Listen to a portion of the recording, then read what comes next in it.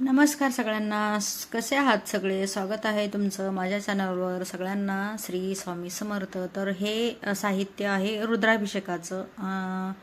गुरुजींनी जे साहित्य आणायला सांगितलं होतं ते सगळं साहित्य मी रुद्राभिषेकाचं घेतलेलं आहे. पंचामृत, फुलं, बेल, नाणे, दुर्वा, फळं, नैवेद्यासाठी पेढा किंवा बर्फी किंवा कापूर आणि ही पिंडी, घंटा, गणपती बाप्पा, हे सगळं साहित्य मी घेतलेलं आहे त्या लिस्टप्रमाणे आणि मी तयार झालेली आहे अशी.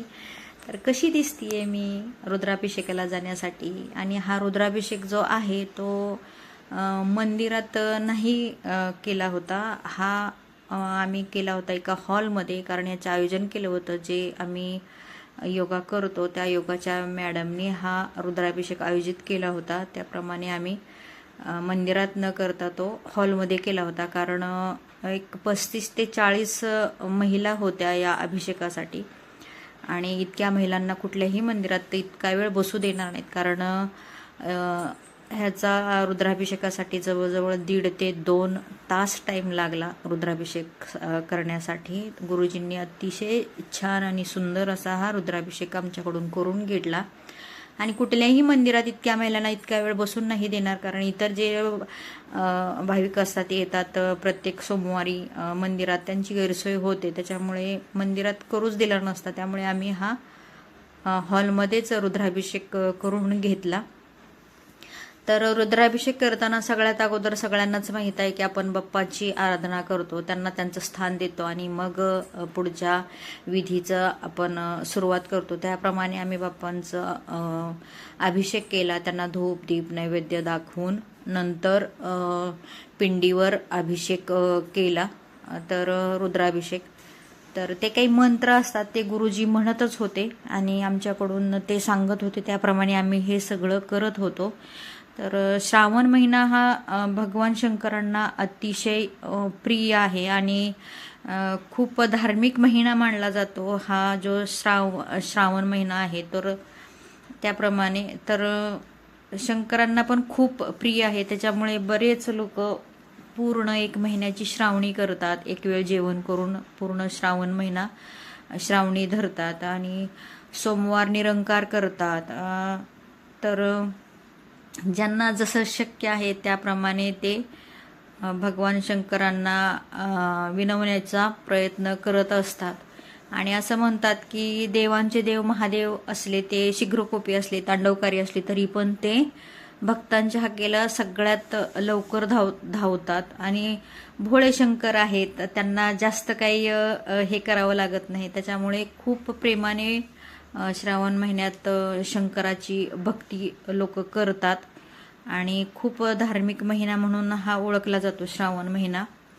आणि त्याप्रमाणे शंकराला कोणी रुद्राभिषेक करतं, कोणी जलाभिषेक करतं, कोणी दुग्धाभिषेक करतं. तर ज्याला ज्याप्रमाणे शक्य आहे त्याप्रमाणे ते करत असतात. तर शंकरांना पांढरं फूल किंवा पांढरी वस्त्र हे अतिशय प्रिय आहे. त्याप्रमाणे पांढरं फूल वाहतात आणि शक्यतो कुठली पूजा वगैरे करताना पांढरं वस्त्र घातलं जातं शंकराची आराधना करताना. म्हणजे असेल तर घालतात, नसेल तर जसं जे आहे ते. तर ह्या बघा इतक्या महिला होत्या ह्या हॉलमध्ये. तर चाललं होतं सगळ्यांचं रुद्राभिषेक आणि अतिशय छान पद्धतीने आमच्याकडून गुरुजींनी तो रुद्राभिषेक करून घेतला आणि छान पूजा सांगितली त्यांनी. आणि शंकरांना बेल, पांढरं फूल, शिवामूठ हे श्रावण महिन्यात दिलं जातं. हे सगळं धान्यांची शिवामूठ असते, तीळ, तांदूळ, जवस आणि मूग. आणि 5वा सोमवार आला तर सातूची शिवामूठ वाहिली जाते. तर त्याप्रमाणे आम्ही अभिषेक झाल्यानंतर बेल, फूल, शिवामूठ वाहिली. आणि बेलपत्र वाहताना त्याचा दांडा आपल्याकडे करायचा आणि जी त्याची सुलट बाजू असते ती पिंडीवर खाली करायची आणि उलट बाजू असते ती वरती दिसायला पाहिजे. अशाप्रमाणे बेल व्हायचा असतो. तर त्याप्रमाणे आम्ही बेल व्हायला शिवामूठ वाहिली आणि गुरुजी जोपर्यंत मंत्र म्हणत होते तोपर्यंत बेल संपला. तर गुरुजींनी आम्हाला सांगितलं होतं की तुम्ही तांदूळ पिंडीवर वाहत राहा. त्याप्रमाणे आम्ही तांदूळ वगैरे वाहत होतो. तर पूजा वगैरे झाली. त्यानंतर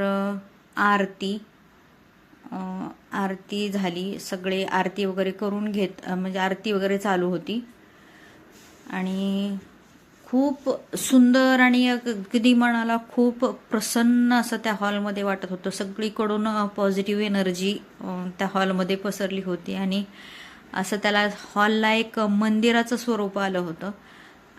तर इतकं म्हणजे इतक्या महिला तिथे अभिषेक करत होते, गुरुजी पूजा सांगत होते. जरी मंदिर जरी नसलं तरी पण तिथे साक्षात भगवान शंकर असल्यासारखं तिथं जाणवत होतं. इतकं छान पॉझिटिव्ह वेव्ज तिकडनं मिळत होत्या की खरंच आपण शंकराच्या मंदिरात असल्यासारखं वाटत होतं.